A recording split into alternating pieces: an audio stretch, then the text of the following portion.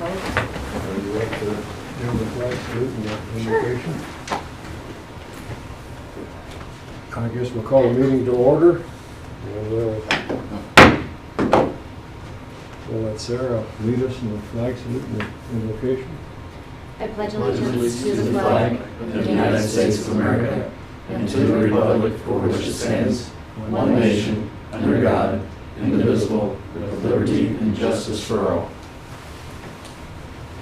Thank you, Lord, for allowing us all to be here tonight.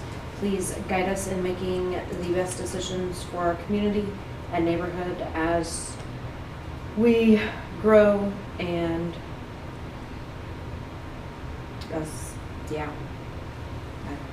just help us make good decisions for our citizens. In your name we pray. Amen. Amen. Save your Hail Mary next time.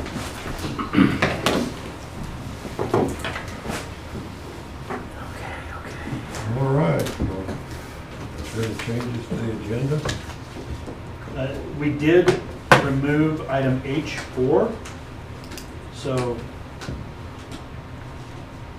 and that has been updated. All right. Make a motion to approve the agenda. I'd like to make a motion to approve the agenda. Second. Second? Okay, any discussion? All in favor, aye. Aye. Opposed? Motion carries. Now we'll move into citizens' comments. Anyone wishing to address the council? Like to come forward, state their name, address, and what their concern is. If none, we'll close citizens' comments. Okay, appointments, proclamations, and recognition. Let's see if we have any there. So we will move on to the consent agenda.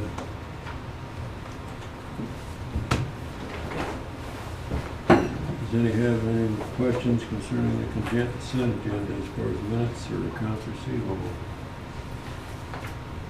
Make a motion that we approve the consent agenda. Second. Motion is second. All in favor, aye. Aye. Motion carries. All right, we're going to move into new business. Honorable Mayor and City Council, it's item H1, vending machine on 222 North Main. So quick background, on June 23rd of 2022, the City Code Enforcement Officer, being myself, documented violation of City of Goddard Code, Chapter 13, Article 2. This code prohibits individuals from using any sidewalk, street, or alley for the purpose of selling unless approved by the governing body. The property owner was notified and agreed to speak with City Council about the location of the vending machine. He has sent an email out today stating that he won't be in attendance. And he's asking for an extension. That's just to be noted. H1 analysis. So the City of Goddard Code under Chapter 13, Article 2 states, and I quote, no person may use any portion of any sidewalk or street right of way for the purpose of displaying or offering for sale wares, goods, merchandise, or other items. Nothing in this article, however, shall be construed as prohibiting the city governing body from temporarily waiving the prohibition of this subsection in connection with community promotions or community-wide celebrations when such waiver is considered to be in the best interest of the city. Any code violation allows for the one in violation to dispute the matter before the governing body. So this is the code violation. This is 222 North Main Street. And this is a vending machine, so obviously it's for selling merchandise, which is going to be the sodas. This is distribution, so this is for private sales to a private owner, and it's located in the city right-of-way. I think there was some misunderstanding. It typically comes about that property owners think that they have an additional 4 or 5 feet or some allotted additional space when they leave the front door on the Central Business District, which the Central Business District is from Santa Fe to 3rd. However, that just it's not always the case. It could be the case, but in most situations it is not. Most of these buildings in the Central Business District are right up on the property line, and it's intended that way, it was designed that way, so that people could have more of a pedestrian-oriented corridor on Main Street. Most cities are that way. So as soon as you leave your front door on most of these businesses, you step into the city right-of-way, And some businesses are just not aware of that. So the property owner was made aware that the vending machine was actually located on the city sidewalk, which is in the public right-of-way, that they could relocate that vending machine inside the business or actually onto the south side of the business over here, which would be on private property, and the violation would be considered abated at that point. They wanted to consider this as a public good, and they wanted it to be considered as an exemption under that public good. And that's just what they were generally requesting for. Financially, none. Legally, it's approved as to form. It is recommended City Council direct staff accordingly. 1, either allow the vending machine to continue to exist where it is located, deeming it a community good. 2, require the property owner to move the vending machine out of the city right of way onto private property. Or 3, table for further consideration. That would be just a simple motion and voice of second. All right, I guess first we'll ask, is there anyone who wants to delay this until Amy can show up, or we want to proceed with it now?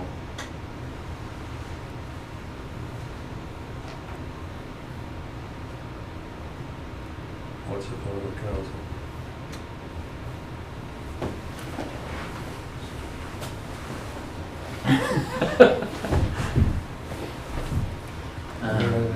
In my opinion, I mean, it's just setting a precedent like everything else. If you allow one, then somebody next door comes in and wants one, how do you say no? Exactly. We want 20 vending machines all over Main Street. So that's my thought on it. It's sort of like the guy in paid edition with his air conditioners. I mean, could be a bag of worms in the future. You don't know. But this is on Main Street. I don't know how we want people to view Main Street. Do we want them to view Main Street as a vending machine corridor, or what do we want to do? I am curious how we got to it being a public good. Are they free? The property owner is saying that because of the lack of available soft drinks in the area, this would be considered, and it's available to public at all hours of the day, as opposed to being behind a building or a door. He considers it a public good that way. That was a generalized quote from what he has conveyed to me. But I don't see him having any trash containers there to empty the empties into his trash container. Where are they going to put them after they're done drinking? Yeah, like as mentioned, the property owner was supposed to be here today to represent his interest in the matter. Typically, in my position, it's not my job to sort of defend the property owner. It's just simply to highlight the code violation and let City Council make a determination how they want to proceed on the matter. So I can't say if the property owner has taken into account all particular ramifications or provisions that would be necessary to have it as considered a community good or public improvement. It's just simply I've noted it as a code violation. The chairs that were sitting there, are they code violation? No, we've allowed most property owners to put benches, chairs. For example, the Lions Club has committed benches for public improvement purposes, and so we have allowed that as sort of an exception because they're not actually selling those chairs. It's sort of considered a public amenity in that way, just like any bench or table would be. They're not selling them as something that can be bought and sold, which under this would be considered bought and sold items under Chapter 13, Article 2. That we're not. Well, it looks like a brand new collecting machine. At least it's tax not on. something that's an eyesore. It has beer in it, right? I think the code's good. I think the code's written well and Yeah. has made a lot of good, wise considerations, and we should enforce it. 'Cause, I mean, I'm with Larry. So do we have a motion to that effect?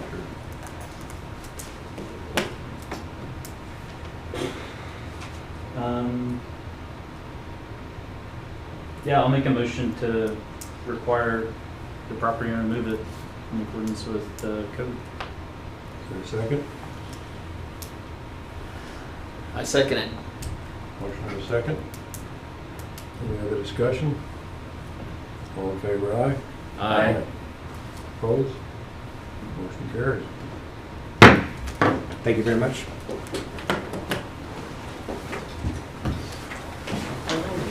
Okay. consideration of purchasing new doors at the city pool. Honorable governing body.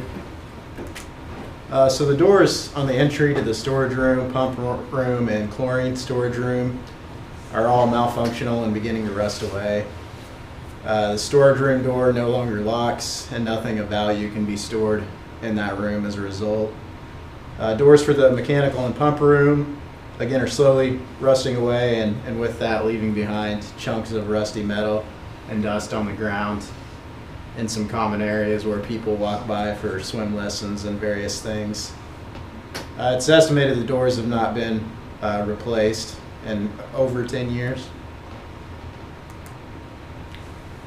So here you can see the door to our chlorine room. It's starting to rust out quite a bit, and you know, I think Public Works has done a good job of painting over that, but it only works so many times, and with kind of the chemicals that are stored in there, it deteriorates that door even faster in combination with being right next to the water. So this is the storage or the room for the pumps, and as you can see, it's kind of rusting out, and then here's where those flaky chunks of rust are coming off. And then this door over here no longer locks. It's the frame and entire door is warped in such a way that there's not really another way to put a lock on this door. It's also kind of a split door. Doesn't really need to be a split door. And there's various things like life jackets and pool supplies, some things of value to where at this point it's not a very secure lock. You can walk right into it, and so therefore nothing really of value can be stored in there. City staff sought out reliable bidders. I believe the only bidder we received was Overhead Door, who could come out and do this project in a timely manner. They put a quote in for metal doors and door frame installation. The current doors and door frames will be removed and replaced with new matching locks for all three installed. Companies recommended metal instead of wood ultimately to prevent warping and potential rot of that wood, just due to the frequent moisture and exposure to the elements. Metal doors can be repainted yearly, and it'll help extend the lifespan of those doors. So staff is seeking $10,997 for the 3 new doors and door frames. And that would be from the general fund, administration, capital outlay, discretionary. So at this point, I'll take any comments, questions, concerns. Well, I don't think those doors have ever been replaced, because I can't remember ever having done it. I've been here 20-some years. Yeah. I think Gary's one of our oldest guys, if I'm not mistaken. It's been around, and I don't think he could remember the last time they were replaced. Well, what would you do for it?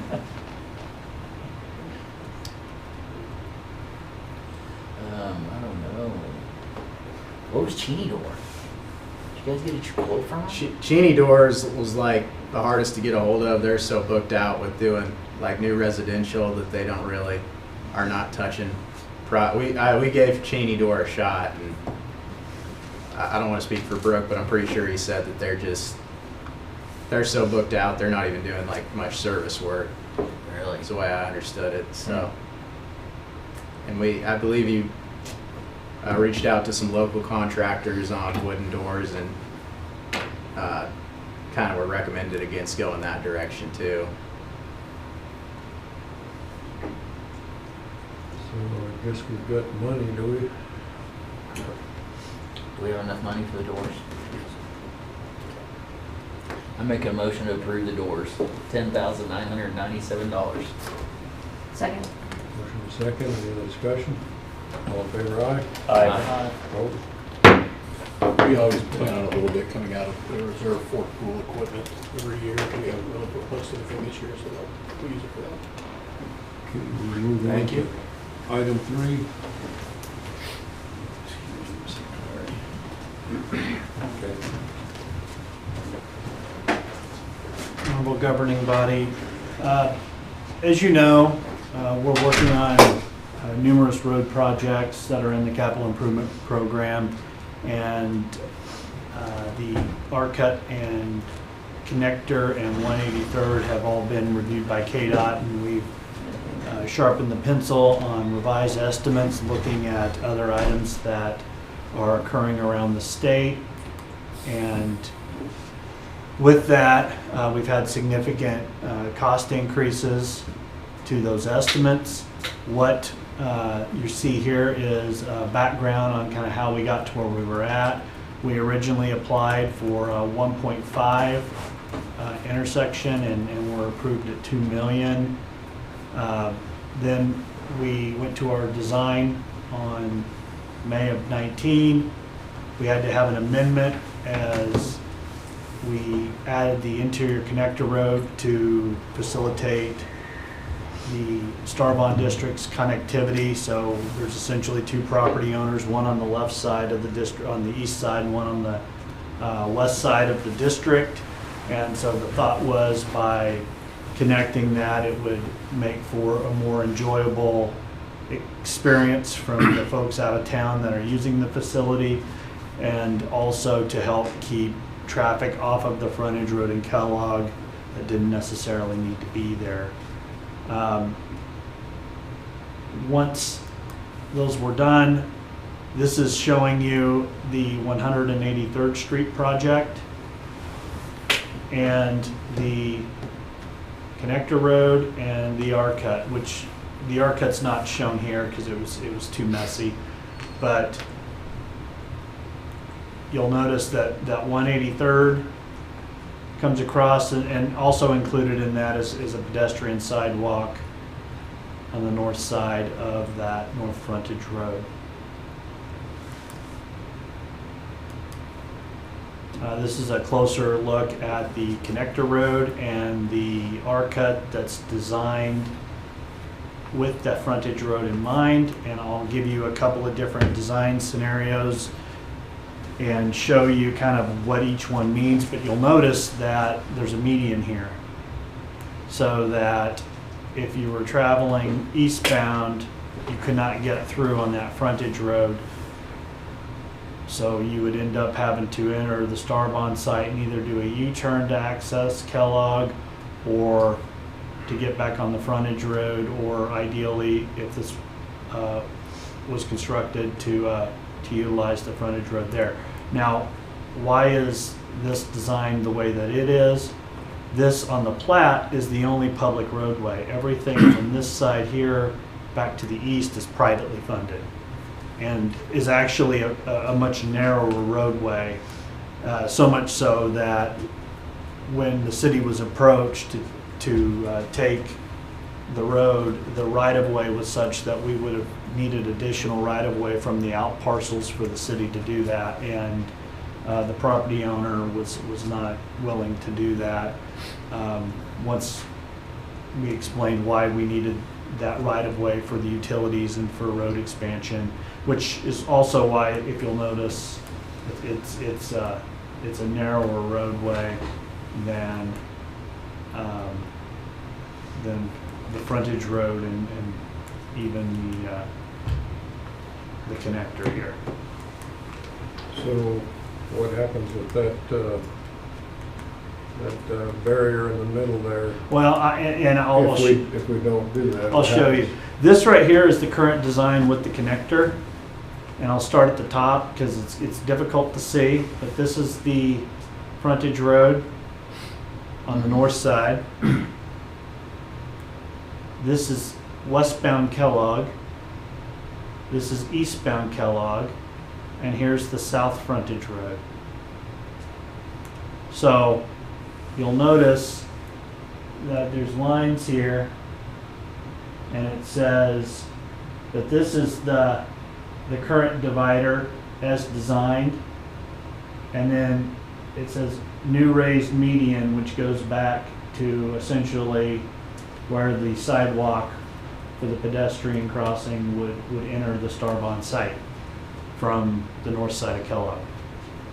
So again, what you'd have to do is enter the district to turn around to either get back onto Kellogg or to utilize the connector road, where the design without, and the original design without the connector road shows the same design up north, the same for the westbound, same for the eastbound. However, when you get down here, there's no divider and it is a two-way road. And we initially asked that there not be a connection here, but it was included in the design. And so because of the setbacks, let's see if I can find the, this parcel here, it has the potential for sale for a medical building, a small medical office. And this would have, with or without the connector road, direct access onto Kellogg, or I'm sorry, onto the frontage road. So even if the connector road is not there, the access for this lot is still available through the frontage road, and it would also be unimpeded. Where if the connector road's there, there's a median here, and if you're coming from the west, you either got to go all the way down to 183rd and back down the frontage road, or come down the frontage road, enter, and then enter that way. So it's a cumbersome design. Yeah. It's my understanding, though, that we'd have to buy the right of way to put all that in, right? Yes, sir. And that right of way is going to cost how much? Approximately 600,000, just slightly under. Just so we can make it handy for the Dugans to sell their land. So what we have currently for the R cut is just under 6.7, with the state paying up to $4 million. $2 million would be the city's obligation, and we currently have 1.5 available. The connector roadway, which includes easements at 3.1, just under 3.2 million, and that's entirely local. Initially, in the earlier designs, the state was going to allow any remaining funds for the R cut to be utilized for the connector road. However, with cost overruns across the state due to increased material costs, that's no longer an option. And then we have the 183rd geometric that's at just under 1.5 million. And that would be construction 100%, with the city being responsible for design and the construction administration, which is approximately 30% of that construction amount for the state. But we will have to, as I said in the staff report, make a new application for funding for 183rd should we decide to pursue it in the future objective capital improvement program. And this is what we've committed to so far with within the remainder of this year and into next year for the capital improvement fund. We've got the 2.7 for the R cut. We've got 1.3 for the lift station that is being retired in December of this year. So that'll free up some additional sales tax revenue that can then begin to rebuild the capital improvement fund so that we can kind of be back on par with the fiscal health that we were 4 to 5 years ago. We have the open space public building land expansion at 300. 23rd Street culvert and Cedar Street rehab is at 140. We got the Rusty Creek stormwater, which is actually to carry the surface drainage flow of Autumn Blaze, and Hopper Edition at 131,000, and then the 215th Street West water main oversized for future expansion there, and that's at 100,000. So, with all of this being said, staff's recommending that we proceed with the R cut, and that we defer, and essentially, for all intents and purposes, for this capital improvement window, cancel those projects, and utilize those funds that were to go to that to offset any additional R-cut requirements, and then recommend that we use extreme caution here within the next several years going forward on capital improvement projects, just so that we can rebuild that fund balance and utilize the sales tax revenues so that they're essentially unrestricted and can rebuild the fund health that we had, like I said, prior to 4 to 5 years ago. Well, let me ask Harlan, is there much of a benefit to put that in there with that? Well, the original design did not have the median in or the connector road, okay?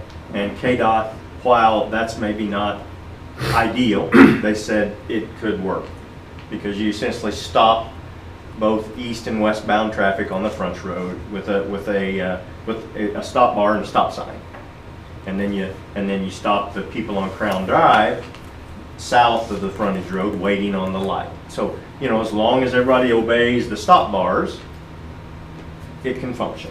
Now, in a perfect world, if money was no object, you know, I think KDOT would like you to put a reverse backdoor frontage road in, then put the median there and cut it off. But, you know, I guess money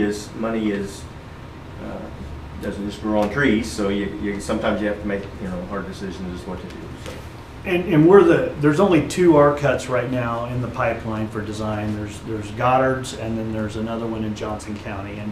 And I think KDOT, from our last conversation, had envisioned, our last conversation with KDOT 2 weeks ago, they had envisioned the R-cuts essentially as a low-cost solution to signalized intersections. And what they found is at least from Goddard's and the one in Johnson County, that may not be the case, at least in the current environment. And so, you know, kind of how all of this would work is if you're leaving the facility, you would have to turn right. You're forced to turn right, and then you'll notice, well, it's not shown on here, dadgummit. But what you would end up doing, sorry for making you dizzy here, once you got on, you would come back here, and then there's turnout lanes here, which you can see.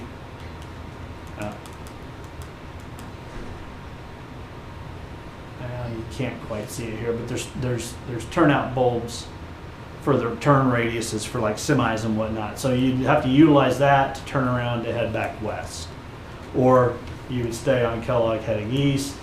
And if you want to make a left turn, say into Vermeer or Eck or anything along here, or pathways, you would then essentially have to come here, stop at this stop bar, which is signalized. All of this is signalized, except for the frontage road.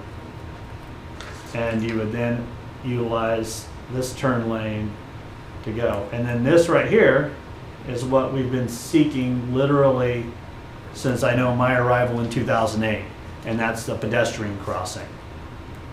So this is essentially a reinforced pedestrian island for pedestrians utilizing the path here to be able to have sanctuary from the traffic while trying to cross, because unless you're a runner, you're not going to be able to cross Kellogg in the timing allowed. So that's what that is. So there's actual bars that come down across the highway? You said stop bars. Stop bars. That's what that's what we call these little thresholds. Yeah, Oh, they're painted. 24-inch. You'll see the little white strips, Yeah. and then you'll notice that you'll have Okay. like in front of the frontage road at say 183rd, we used to have one, and at 199th we have one. Although the county sometimes paints over them with full blocks because they're used to rural and not urban, but those are chopped up, which means it's an intermediate, which means use this if you're going to block the intersection. Where if you're not going to block the intersection, you proceed through to the full stop bar. So in other words, if there's 2 cars in front of you, then you stop at the intermittent threshold. Okay, no, I was just curious. Way more than you asked for, sir. You might, and I'm Brian, don't know. Oh, go ahead. But I just thought you might notice one thing too, and the consultant was pretty adamant about this, that there's going to be a double left turn lane into the Starbond facility. You see those two double arrows there in the median.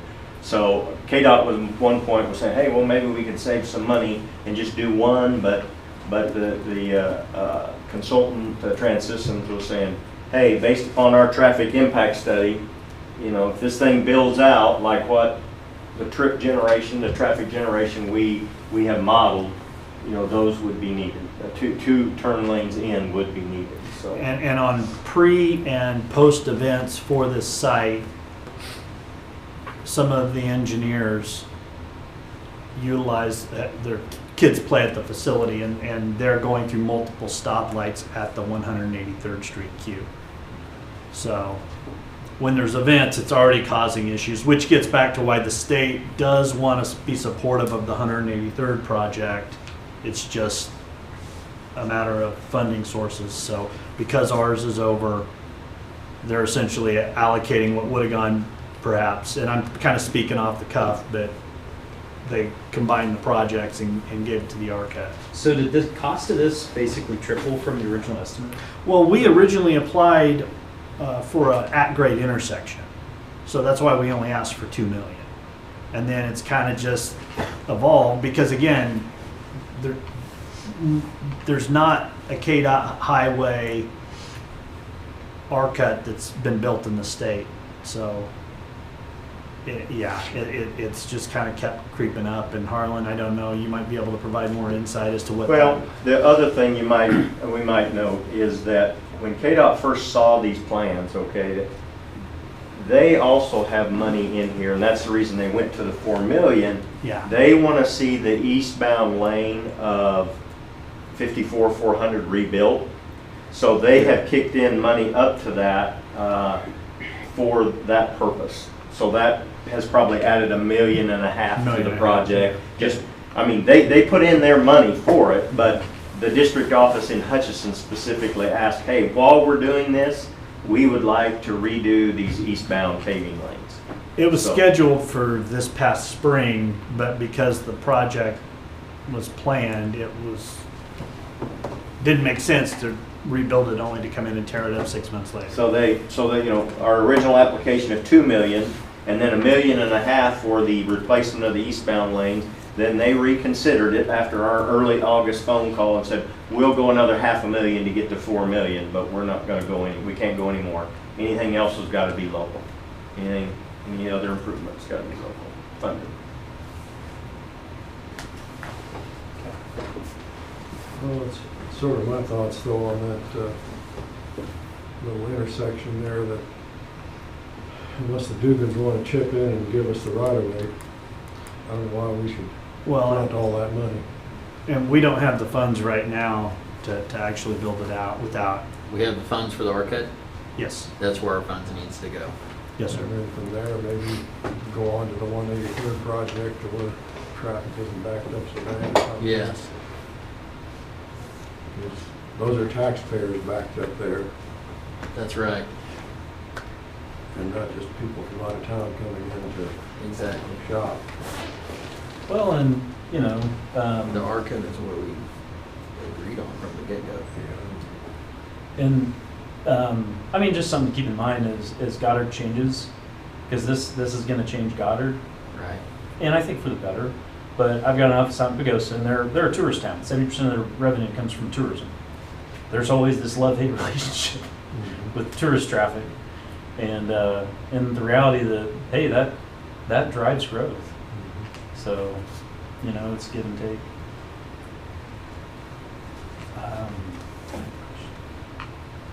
So it would be staff's recommendation that you authorize the ARCUT project with the total construction administration budget of $6,700,000 with the Kansas Department of Transportation funding $4 million and the City of Goddard's participation for the construction administration at $2,700,000, and to cancel the 183rd Street and Kellogg geometric project and the Starbond District Connector Road for the 2022-2023 capital improvement program.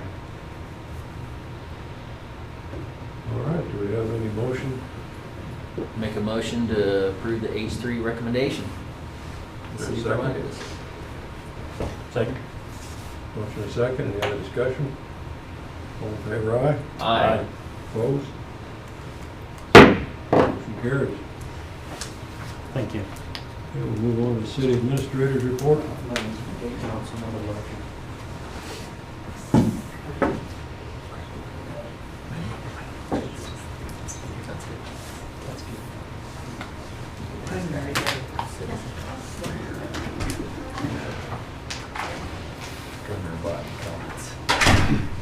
Honorable governing body, you can see the Starbond site here.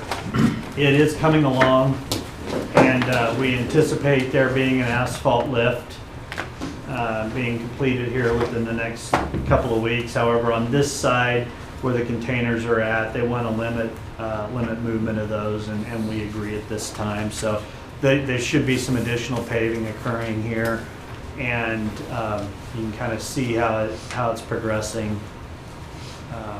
This would be the hotel, this would be the health club, that's the health club, this would be the child center, and this convex roof would be the water park, and this concave with the water drainage staying there is the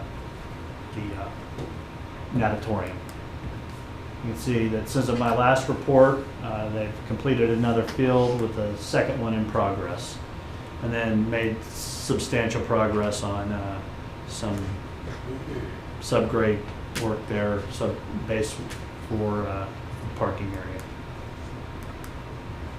Harbor Creek, you can see phase 1 with phase 2 off behind, and the clubhouse, a view of the clubhouse pool and pickleball courts, and a new foundation going in there for phase 2.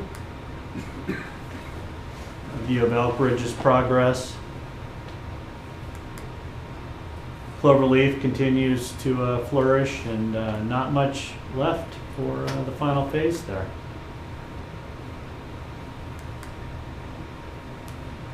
Rustic Creek, as those homes are coming along and additional foundations being poured.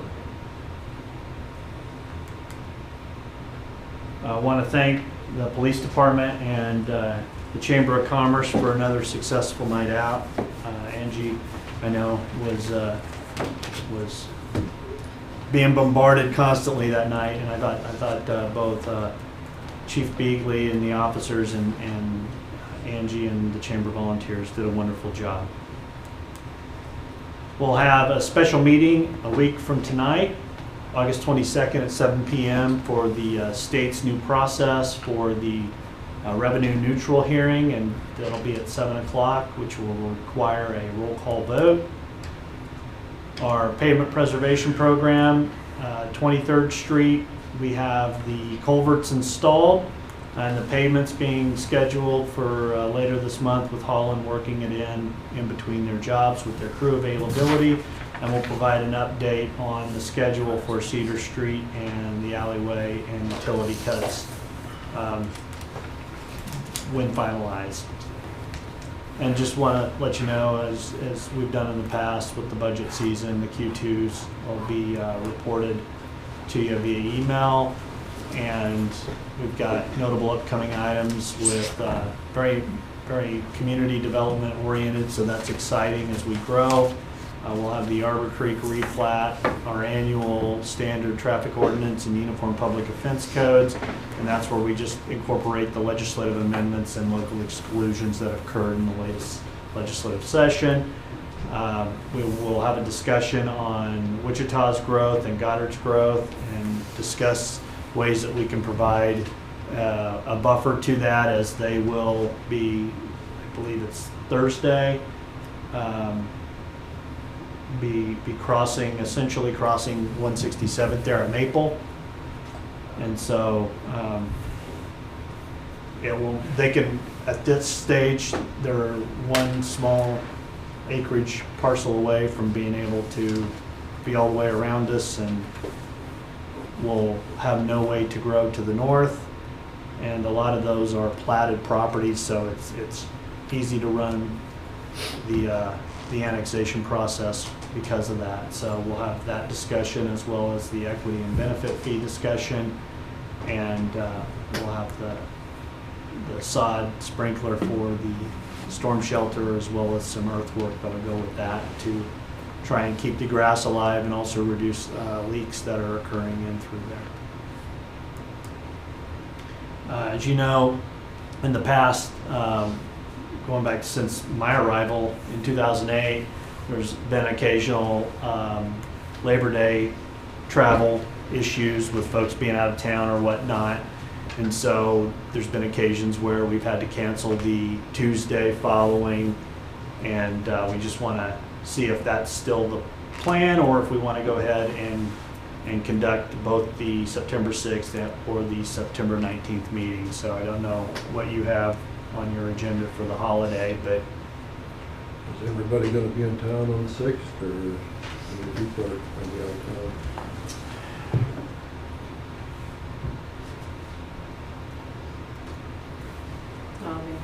I'll be here.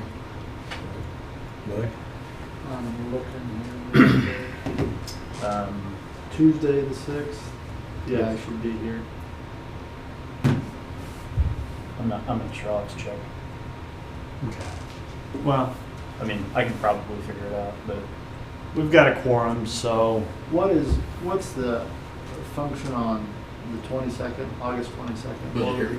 that's the budget hearing for the revenue neutral rate. Okay, so if I miss that, would there be problems if I miss that?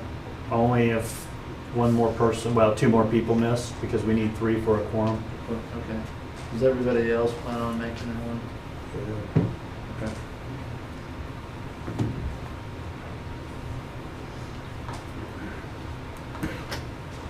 If there are no questions for myself or anyone else on the city team, that concludes my report.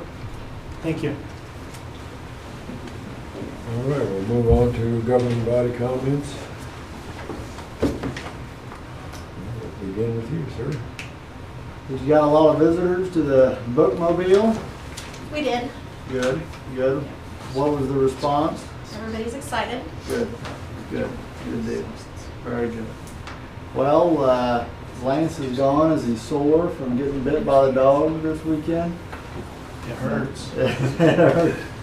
Well, they did the test with the, what was it, the state troopers? Yeah, with the pads. Yeah, with the pads on and everything, so. Well, no, the National Night Out was nice and everybody seemed to have a good time, so thank you. Thank you, Hunter. Sarah, do you have anything? I want to thank Public Works and whomever else was involved for taking care of the weeds on the sidewalks on Main Street. Looks a lot better, so good improvement towards keeping Main Street looking clean. I wasn't able to make it to National Night Out because Henley had a function, but I talked to Angie and she said they thought they had approximately 2,500 attendees, and hot dogs, buns, water were donated by Walmart and Dillon's, and there was over $1,200 raised for Concerns of Police Survivors, the COPS program that they raised money for. They had 45 booths, which was 10 more than last year. Is that all? Yep. Michael? yeah, is Chief Bigley isn't out with the dog bite, is he? No. Yeah. Yeah, love National Night Out for everyone who contributed and helped out. And my daughter loved wearing the coat that cleared the ground by about this far when she walked around in it, which was good. Yeah, and I know that we got a lot on our agenda. We got a lot moving, and thank you to everybody at the city who works on that. Brent? Short and sweet. Don't have anything. All right. I don't have any either. But thank you for city staff for helping with the National Night Out. Look forward to good things happening in our community. That being said, I'll take a motion to adjourn. I'll make a motion to adjourn. Second. Motion second for discussion. All in favor, aye? Aye. Aye. Aye.